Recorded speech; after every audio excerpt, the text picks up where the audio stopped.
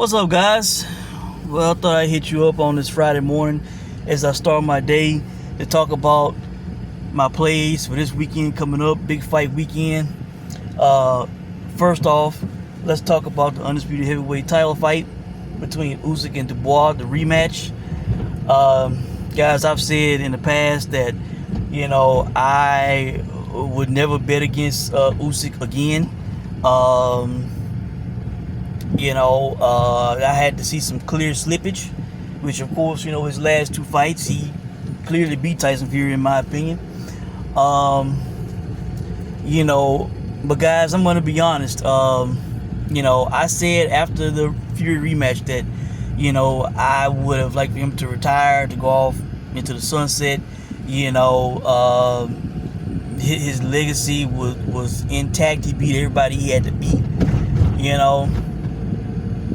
I'm getting that feeling about this fight that I got, when Manny Pacquiao gave Marquez the fourth fight. Some fights happen, man. I get that's why a bad feeling in my stomach, like why are you doing this? Maybe this is a mistake. Maybe this is one too many. Now I can get if he was doing this to redeem himself, to leave no doubt after the low blow controversy, which I believe was a punch to the stomach, because that's how he reacted when he hit the canvas. He reached for his stomach, all right. But Usyk is 38. I don't know when he turns 39. I didn't look that up before doing this video. But Dubois has been on quite the run, man, ever since that fight. Stopping Jarrell Miller at the end of that 10-round fight. Then beating Hergovich, stopping him, beating him for the first time in his career. And then, of course, the big one, when he knocked out AJ, dominated him, dropped him multiple times, Dubois is in his prime now. He looks to be at his peak. Definitely better than the fighter that Usyk faced before. Now, my big play on this fight is simply for this fight to not go the distance. I believe somebody will get stopped in this fight. Usyk himself has said this fight's not going the distance. Dubois has only had one fight in his career go the distance, and that was a 10-round fight. I think the guy named Johnson went into with the distance with a 14 with Dubois. But he's either stopped everybody or he's gotten stopped in all his other fights. All right. So this is a fight where I feel very comfortable about this fight not going the distance. I think when I played it, I got it to minus 176, so it should be somewhere in that range. These guys dropped each other, 3 times in the first fight, if you count the punch that Dubois dropped Usyk with. If you count it as a knockdown, it's 3 times. So I think somebody should be out of there by 12. Now I did play the value in this fight on Dubois. I feel if he wins this fight, it will be by knockout. The highest I saw was plus 400 at ESPN Bet, so you can look for it to be in that range. I had to play it, man, because not a huge big bet, but something on it just in case. Because if I could go back in time, wouldn't I put something on him by knockout against AJ? I feel very foolish in not doing that. I thought AJ was going to wipe him out, just like I thought Hergovich was going to, wipe him out. And the guys been proving me wrong. So, I'm taking advantage of these odds on a big prime puncher, just in case. All right, I'm not calling for him to knock out Usyk. I'm just saying just in case. But I think somebody should get stopped in this fight. All right. Now, quickly on to Fundora and Tszyu. Guys, the odds on this fight is baffling to me. I do not understand why Tszyu is the favorite in this fight. I do not understand why Sebastian Fundora is the underdog in this fight. I forget the odds I got the first time they fought. Seemed like it was it was either plus 200, plus 400. I was in disbelief, and I simply played those because I felt that they were too high, and I profited off that fight. All right. Tszyu is a guy clearly that the odds makers have an affection for. They're always making him the favorite, in some cases they're making him a sizable favorite, The odds makers, can be fanboys and make these mistakes too. And that's the way I'm seeing it with Tszyu. Tszyu is at a significant height and reach disadvantage. That played out in the first fight. He had difficulties. I'm not liking the things that he is saying going into this fight. I got more than 10 days now, so he's using the 10 days as an excuse. Then when at the press conference yesterday, they were talking about the cut, and he was like, I was thinking about the cut more than the fight, that affected me. And then Fundora, who was beating him in the mental game, in my opinion, was like, the cut was a cut, so what? If the cut was a problem, the fight should have been stopped.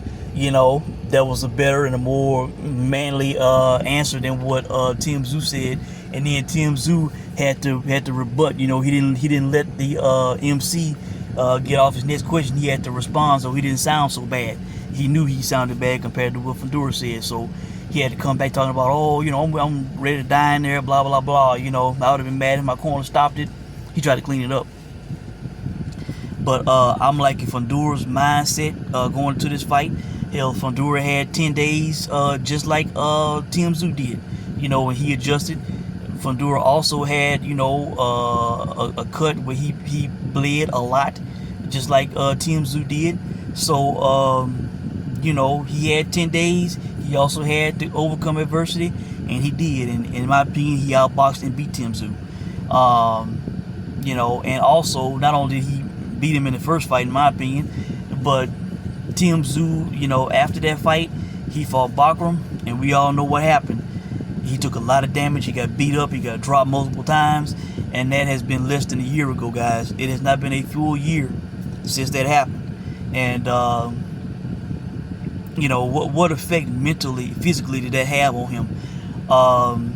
He had his comeback tune-up against Joey Spencer, of a 4-round fight. Big deal. Has he faced the fire, the adversity yet?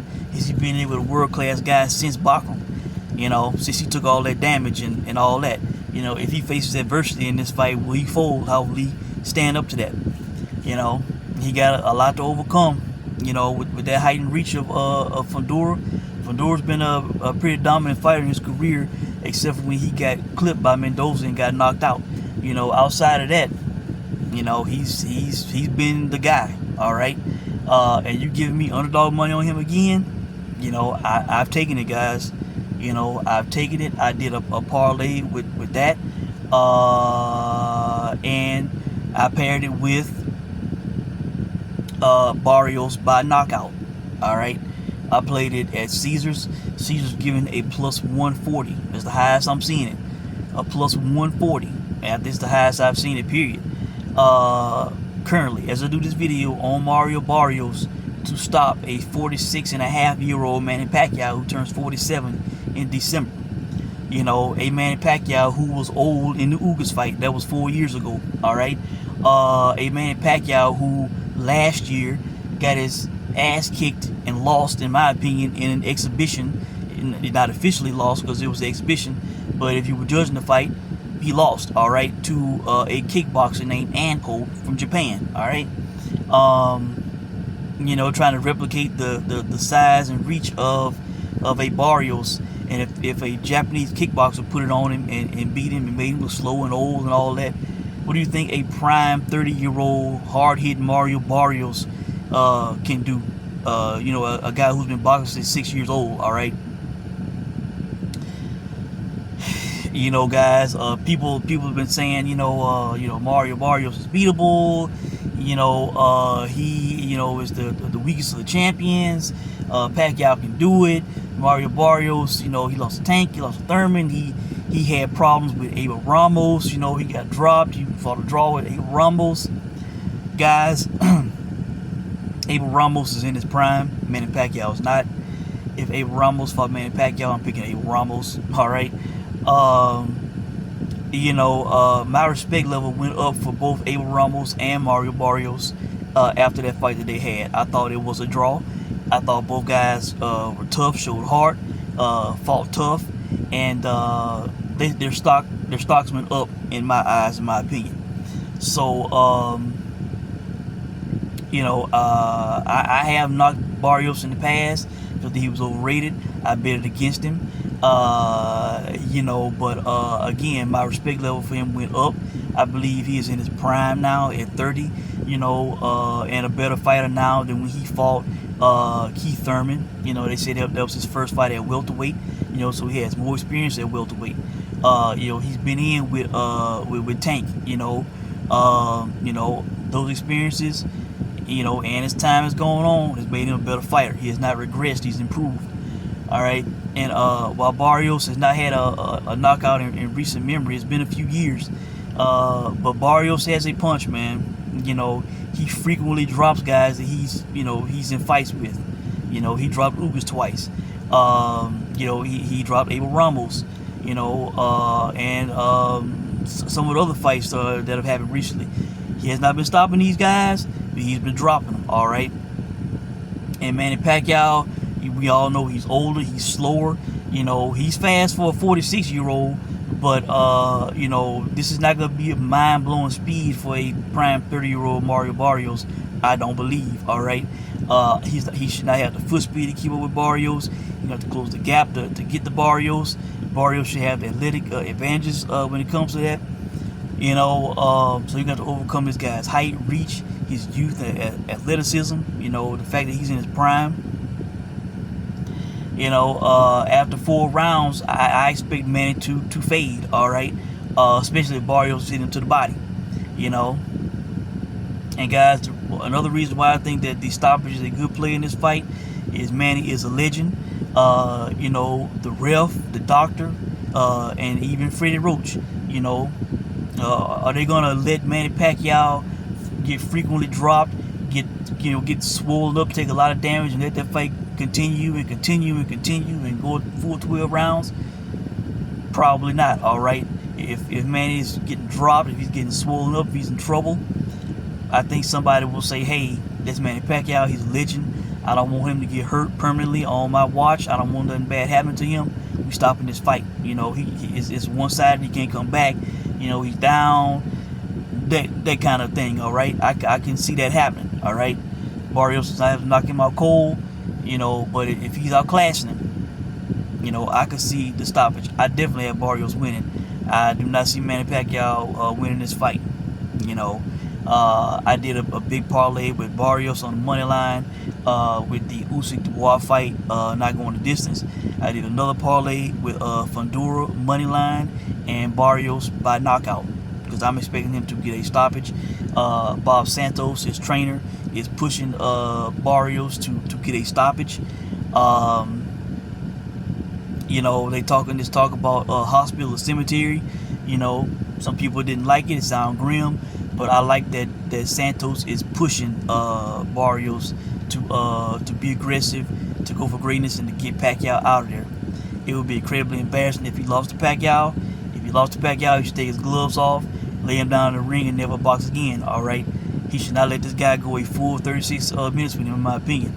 You know, with the age gap and the size gap and all that. All right, the prime gap, all that shit.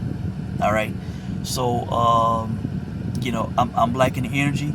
Barrios said that, you know, he don't know if he should feel honored or feel insulted.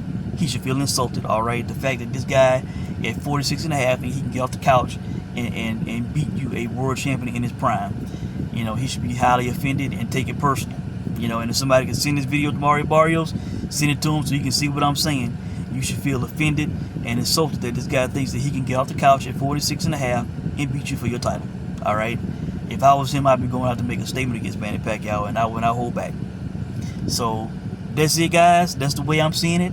Those are my plays. Let me know what you think. Good luck to you guys in any ways that you place. Hope you guys make money. Enjoy the fights. And I'll check in with you guys soon. Thanks for watching.